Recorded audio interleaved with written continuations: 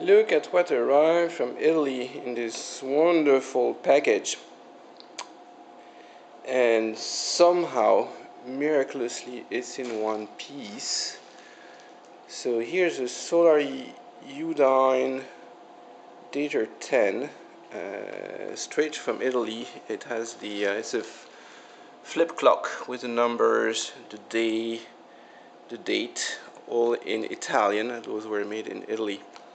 And actually, for what I paid on eBay, it wasn't too bad. Let me flip it over.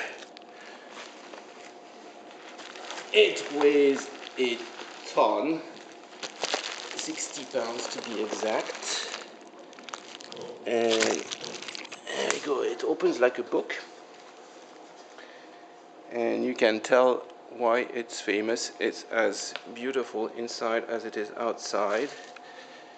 And it looks in fairly good condition. It has the two tubes, and this one is a little special because it's 100, I don't know if you can see it, it's a 110 volt model, which are rare, which doesn't mean the motor is 110 volts, but the light is 110 volts.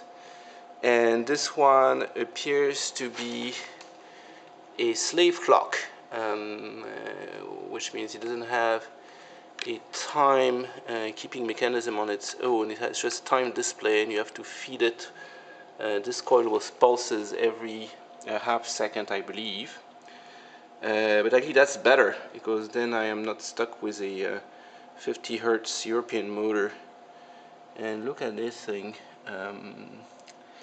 Interesting dials. That must be the giorni. Those are the days. And it goes 1 to 12, 1 to 12, 1 to 12, 3 times.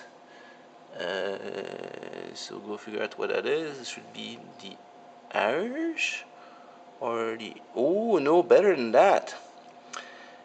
These must be the 12 months of the year, and there's a leap year in red.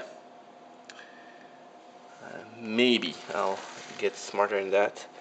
So I had to reseat a few of these. So the one thing is that the springs don't seem to work here. Those are all floppy. So I need to redo the springs, which was expected. But otherwise, it's a remarkable clock. Look at that. Okay, so yet another restoration project, and this will be my workshop clock.